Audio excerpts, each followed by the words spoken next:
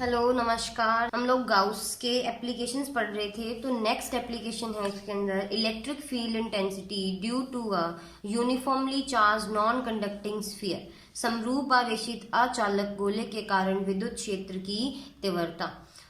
तो देखो, हमने दो तरह की बातें की थी। एक तो लाइन चार्ज के लिए टॉपिक पढ़ा था, दूसरा था हमारे पास शीट के लिए। शीट के अंदर भी दो चीजें थी, एक तो क्या थी, डाई इलेक्ट्रिक शीट थी, अचालक शीट, और दूसरी थी हमारे पास कंडक्टिंग प्लेट, चालक प्लेट। ठीक है।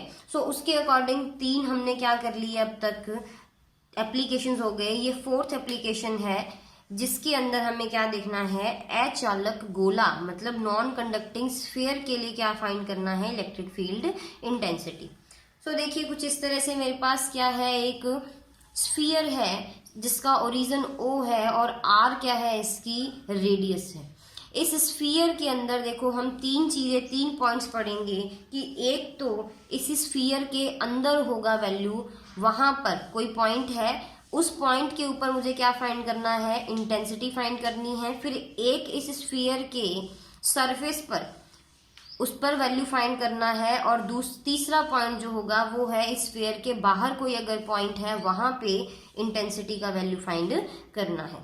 सो तीन पॉइंट्स ले रहे हैं। सो तीनों पॉइंट्स के पहले ये जो स्फीयर होगा वो क्या है, मेरे पास 3D होगा। और 3D के अंदर मैंने क्या बोला था कि अगर 3D सिचुएशन है हमारे पास जिसके ऊपर चार्ज हम डाल रहे हैं, तो वहां पे हम कौन सी डेंसिटी लेते हैं, वॉल्यूम चार्ज डेंसिटी को वहां पे यूज किया जाता है। सो वॉल्यूम चार्ज डेंसिटी क्या थी, रो। ये होती है चार्ज पर यूनिट वॉल्यूम। सो रो का वैल्यू कितना होगा, क्यू बाई में 4/3 pi R cube. 4/3 pi R cube जो होता है वो है स्फीयर के लिए वॉल्यूम का फॉर्मूला। आर जो इसका रेडियस है, ये बन गया मेरे पास रो का वैल्यू। और जो यूनिट है इसका वो होता है कूलाम पर मीटर क्यूब। फर्स्ट कंडीशन लेके चल रहे हैं, आर ग्रेटर देन आर, मतलब जो पॉइंट है जिसके ऊपर मुझे फाइंड करनी इलेक्ट्रिक फील्ड की इंटेंसिटी वो रेडियस से ज्यादा है, मतलब इस गोले से, ये स्फीयर से क्या होगा, बाहर होगा। तो ये आउटसाइड वाला पॉइंट आ गया। यहाँ पे मैं मान लेती हूँ कोई पॉइंट है। अब देखो कि जब भी मुझे क्या निकालना था, इंटेंसिटी निकालनी है, तो गाउस लॉ को लगाने से पहले मुझे एक गाउसियन सरफेस को मानना पड़ता है, इमेजिन करना पड़ता है। सो देखो, इस पॉइंट के ऊपर अगर मुझे निकालना है तो मैं इसी पॉइंट से इतनी ही रेडियस की क्या करूंगी, गाउसियन सरफेस बनाऊंगी, जो कैसी होगी, सेम वैसी ही स्फीयर टाइप होगी। इसका फर्स्ट पॉइंट हमने कौन सा लिया, आर ग्रेटर देन आर वाला। सो उसके अंदर फाई का वैल्यू फाइंड करना है। फाई इज इक्वल टू क्या होता है, integral of E dot D S. अब जो ये बीच में लगा है ये होता है क्लोज्ड सरफेस के लिए। ठीक है, ये गोल लगाया है इंटीग्रेशन के ऊपर, राउंड बनाया, ये होता है क्लोज्ड सरफेस की बात करते हैं तब बनाया जाता है। तो ये बनेगा ईडीएस कॉस थीटा। अब देखो इसके अकॉर्डिंग कि इस पॉइंट से ये जो सारे पॉइंट होंगे, चाहे इस पॉइंट को यहाँ पे ले ले, यहाँ पे ले ले, यहाँ पे ले ले, कहीं भी ले ले, ई का वैल्यू जो है वो चेंज होने वाला नहीं है। सो ई का वैल्यू जब चेंज नहीं होगा, क्योंकि चार्ज चेंज नहीं हो रहा, डिस्टेंस चेंज नहीं हो रही, सो ई चेंज नहीं होगा, ई का वैल्यू आ जाएगा मेरे पास कांस्टेंट। सो ई का वैल्यू क्या आ जाता है यहाँ पे, कांस्टेंट। अब देखो कि इसके अंदर जो ई का डायरेक्शन होगा वो किस तरह से होगा, ई का डायरेक्शन हमेशा क्या होगा, रेडियल डायरेक्शन के अंदर या त्रिज्यीय दिशा के अंदर होगा। किस तरह से, ये देखो कि यहाँ पर अगर पॉइंट लेती हूँ तो यहाँ से लेकर के इस पॉइंट का प्लस है तो बाहर की ओर निकलती हुई क्या होगी, डायरेक्शन होगी। यहाँ पर पॉइंट ले तो किस तरफ होगी, बाहर की ओर निकलती हुई डायरेक्शन होगी। यहाँ पर ले तो किस तरफ होगी, बाहर की ओर निकलती हुई डायरेक्शन होगी। तो ये देखो, ये जो पॉइंट होगा ये मेरे पास शो किस तरह से करेंगे, ई के लिए, कि ई के लिए जो डायरेक्शन होगी वो किस तरफ होगी, हमारे पास रेडियल डायरेक्शन के अंदर होगी स्फीयर के लिए। अब डीएस की बात करें, सो डीएस भी अगर यहाँ पे इसको पॉइंट लेती हूँ तो डीएस का कैसे होगा, हमने क्या बताया था, परपेंडिकुलर ऊपर की ओर लेना है, बाहर की ओर। सो ये परपेंडिकुलर जाएगा तो यही सेम ही डायरेक्शन बनेगी। तो ये मेरे पास ये क्या है, बॉल है, स्फीयर को लेके चल रहे हैं हम लोग।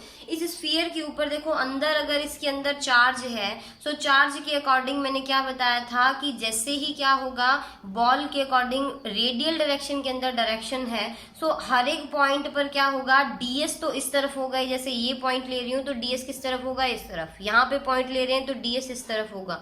यहाँ पे पॉइंट लेंगे तो डीएस इस तरफ है, यहाँ पे लेंगे तो डीएस इस तरफ है। और ई का वैल्यू भी किस तरफ होगा, रेडियल ही डायरेक्शन के अंदर होता है स्फीयर के लिए। सो सो ई का डायरेक्शन इस यहाँ पे पॉइंट लेंगे तो भी ई इसी डायरेक्शन के अंदर होगा, ई इसी डायरेक्शन में, ई यहाँ पे, ई ये, तो मतलब सेम क्या हो गया, डीएस और ई क्या बन रहे हैं यहाँ पे, रेडियल डायरेक्शन के अंदर सेम ही बन रहे हैं। तो यहाँ पे थीटा का वैल्यू कितना आता है मेरे पास, 0 डिग्री आता है। सो नेक्स्ट देखो, ये हमने बता दिया बॉल के अकॉर्डिंग किस तरह से डायरेक्शन होगी। तो डायरेक्शन हमेशा किस तरफ होगी, ई और डीएस की हर एक पॉइंट पर सेम ही डायरेक्शन होगी। सो थीटा का वैल्यू आ जाएगा मेरे पास 0 डिग्री, और कॉस थीटा, कॉस 0 का वैल्यू होता है 1। सो यहाँ पे वैल्यू कितना बन जाएगा, ये ओनली बनेगा इंटीग्रेशन ऑफ ई डीएस, और ई जो कॉन्स्टेंट है उसको बाहर ले लेंगे तो इंटीग्रेशन किसका होगा, सिर्फ डीएस का। अब देखो ये गाउसियन सरफेस इसी हिसाब से चुनी जाती है कि जो ये ई और डीएस का जो इंटीग्रेशन है वो आसानी से सॉल्व हो जाए, किसी न किसी तरह ई बाहर आ जाए। तो इसी अकॉर्डिंग क्या है, हम इसको चूज कर लेते हैं। जब ई बाहर आ गया तो हम क्या करते हैं, इसका डीएस टोटल क्या करेंगे, इंटीग्रेशन करेंगे किसका, सरफेस का। आर स्क्वायर जो क्या था, इसका टोटल का क्या लेंगे, कितनी डिस्टेंस पे था, ये आर डिस्टेंस पे था। तो आर डिस्टेंस वाला क्या लेना होगा, मुझे टोटल सरफेस एरिया लेना है। So 4 pi are square. इसके बाद यूज करेंगे Gauss law. Gauss law phi equals to q by में एप्सिलॉन नॉट था, दोनों ही वैल्यूज फाई की हैं, दोनों को कंपेयर करें। तो कंपैरिजन करने पे ई का वैल्यू बनता है 1/4 pi epsilon naught q by r square, और ई जो होगा वो क्या होगा, इनवर्सली प्रोपोर्शनल होगा किसके, आर स्क्वायर के। मीन्स दैट कि जैसे जैसे आर का वैल्यू बढ़ता जाएगा उसको इंक्रीज करते जाएंगे आर के वैल्यू को, वैसे वैसे जो ई का वैल्यू है, आर के वैल्यू को इंक्रीज करेंगे तो ई का वैल्यू जो होगा वो हमारे पास कम होता जाएगा। सो उसी अकॉर्डिंग क्या है, अगर इसको रो के टर्म्स के अंदर लिखना है, सो रो का जो वैल्यू था हमारे पास इक्वेशन 1 के अंदर, वो वैल्यू के लिए क्यू का वैल्यू आ जाएगा मेरे पास, ये देखो Q का जो वैल्यू बनेगा वो बनेगा रो इंटू में 4/3 पाई आर क्यूब। सो वो वैल्यू मैंने यहाँ पे पुट कर दिया, और पाई से पाई कैंसिल आउट हो जाएगा, 4 से 4 हो जाएगा, ये बचेगा मेरे पास रो बाय में 3 epsilon naught R cube by R square. So ये वैल्यू किसके अंदर है, रो के टर्म्स के अंदर है।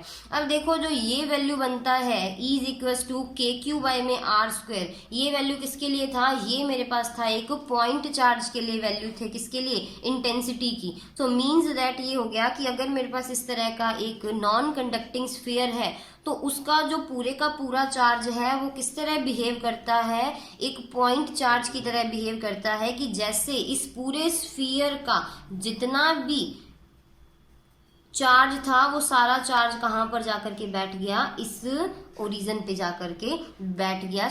नेक्स्ट है इसके अंदर कि condition R is equal to क्या लेंगे, R लेंगे। मीन्स दैट कि अगर मेरे पास डिस्टेंस कितनी लेनी है, यहाँ तक कि रेडियस के इक्वल डिस्टेंस लेंगे तब फाइंड करनी है इलेक्ट्रिक फील्ड इंटेंसिटी, तब क्या होगा, तब भी क्या करेंगे, सेम इतनी ही आर का मतलब रेडियस का क्या बनाएंगे, हम गाउसियन सरफेस बनाएंगे, वो भी कैसा, गोल गाउसियन सरफेस होगा, इसी तरह का स्फीयर टाइप। तो वो गाउसियन सरफेस के अंदर क्या निकालना है, हमें फ्लक्स फाइंड करना है। सो सेम ही उसी तरह से सेम प्रोसीजर आ जाएगा, बस स्मॉल आर की जगह क्या आ जाएगा, यहाँ पे कैपिटल आर। सो सेम ही इसके अंदर वैल्यू पुट कर दें, स्मॉल आर की जगह कैपिटल आर, सो ये वैल्यू बन जाती है। सो ये बनता है। अब देखो ये जो वैल्यू होगा, के भी कॉन्स्टेंट, क्यू भी हमारे पास कॉन्स्टेंट वैल्यू है कि जितना चार्ज हमने उसको दिया है, और आर भी क्या है, कॉन्स्टेंट है। सो ये जो टोटल वैल्यू होगी ये मेरे पास एक कांस्टेंट वैल्यू होगी और मैक्सिमम वैल्यू होगा। थर्ड कंडीशन है आर लेस देन आर वाली। इसके अंदर क्या लेना होगा, इसके अंदर है इस स्फीयर के अंदर का ही कोई पॉइंट, मुझे ये पॉइंट जो मैंने अंदर स्फीयर बनाया है, ये जो स्फीयर है ये गाउसियन सरफेस है, और ये वैल्यू मेरे पास आर है, स्मॉल आर, जो वैल्यू क्या होगी इस कैपिटल आर से कम है। ठीक है, इसके लिए फाइंड करना है। तो देखो इस स्फीयर के अंदर का वैल्यू का जो चार्ज है वो अलग है और बाहर टोटल अलग है, तो मुझे क्या निकालना होता है, टोटल चार्ज उसी की बात करते हैं जो इस गाउसियन सरफेस के अंदर होता है, बाहर के चार्ज की बात नहीं करते। फ्लक्स जो इंक्लूड करते हैं किसके लिए, इस चार्ज के जो इसके अंदर है, इस गाउसियन सरफेस के अंदर है। सो मतलब इसका कुछ पार्ट ही है जो इस गाउसियन सरफेस के अंदर है। सो इसके लिए देखो वैल्यू, इसको मैं क्यू डैश मान लेती हूँ कि ये वैल्यू कितना है मेरे पास, क्यू डैश वैल्यू है।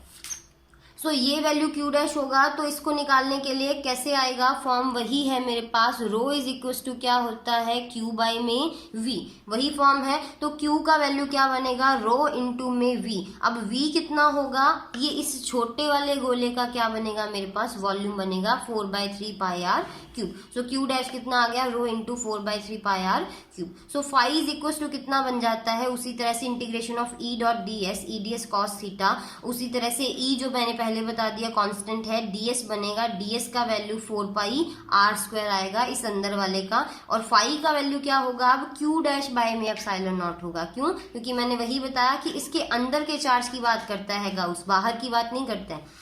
तो क्यू डैश बाय में एप्सिलॉन नॉट होगा, और इसकी वैल्यू क्यू डैश की वैल्यू मैंने यहाँ पे पुट की, इन तीनों ही इक्वेशंस को यूज करके, ई इंटू में 4 pi are square equals to हो जाएगा रो बाय में epsilon naught 4/3 pi R cube. So E का वैल्यू बनता है rho R by 3 epsilon naught, और बाय इक्वेशन नंबर 1 इस इक्वेशन को यूज करें, रो का वैल्यू रख दें यहाँ पे, तो ये वैल्यू बन जाएगा 1/4 pi epsilon naught q r by r cube. तो ये वैल्यू क्या बनेगा, 1/4 pi epsilon naught q r by r cube. और ये देखो अब डिपेंड, ये वेक्टर फॉर्म है इसका, आर कैप जो वैल्यू है वो कौन सी है, आर कैप जो डायरेक्शन है वो डायरेक्शन है मेरी ऑलवेज रेडियल डायरेक्शन है, ठीक है। कौन सी, जिस तरह से पॉइंट लेंगे उससे क्या होगी, ये रेडियल डायरेक्शन होगी। अब यहाँ पे पॉइंट ले रहे हैं तो ये डायरेक्शन है आर कैप, यहाँ पे पॉइंट लेंगे तो ये डायरेक्शन आर कैप होगी, इस तरफ पॉइंट लेते हैं तो ये डायरेक्शन आर कैप, इसी तरह से।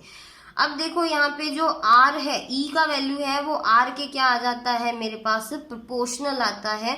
मींस दैट e का वैल्यू अगर क्या होगा, बढ़ेगा, तो r का वैल्यू भी क्या होगा, बढ़ता जाएगा, और e का वैल्यू अगर कम हो रहा है तो r का वैल्यू भी क्या होगा, कम होगा।